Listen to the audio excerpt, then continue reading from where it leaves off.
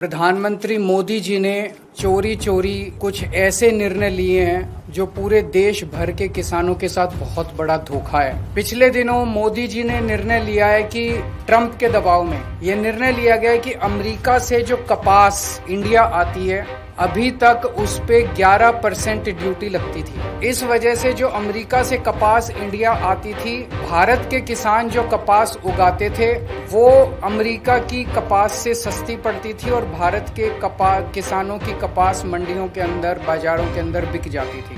पिछले कुछ दिनों में मोदी सरकार ने निर्णय लिया है कि वो 11% ड्यूटी जो अमेरिका से आने वाली कपास पे लगाई जाती थी वो ड्यूटी हटा दी गई है। अब अमेरिका से आने वाली कपास के ऊपर कोई ड्यूटी नहीं लगाई जाएगी। केवल 40 दिनों के लिए ये ड्यूटी हटाई गई है। 40 दिनों के लिए क्यों हटाई गई है? अब जो अमेरिका से कपास आएगी या आनी चालू हो गई है वो कपास भारत के किसानों की कपास से मोटे मोटे तौर पे एवरेज 15 से 20 रुपए प्रति किलो अमेरिका की कपास सस्ती पड़ रही है इंडिया में। तो भारत के किसान कहाँ जाएंगे? वो अपनी कपास कैसे बेचेंगे? हमारे किसानों की कपास अक्टूबर से मंडी में आने लगेगी।